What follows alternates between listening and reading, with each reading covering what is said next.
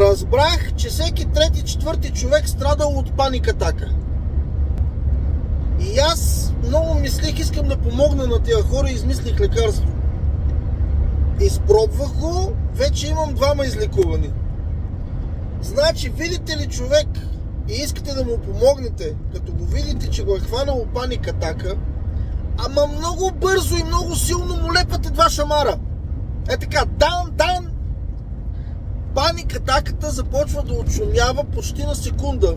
Третата секунда паник атаката отшумява и започва да идват други чувства вместо паник атаката. Примерно гняв, болка, страх.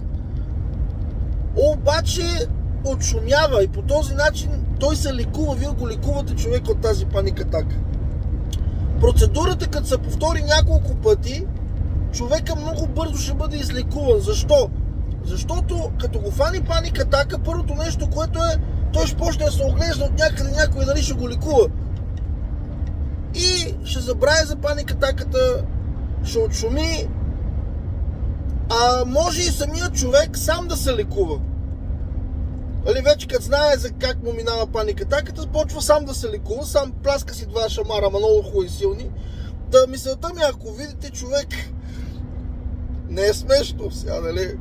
Ако видите човек, че сам си праска 2 шамара, този човек да знаете, че се лекува.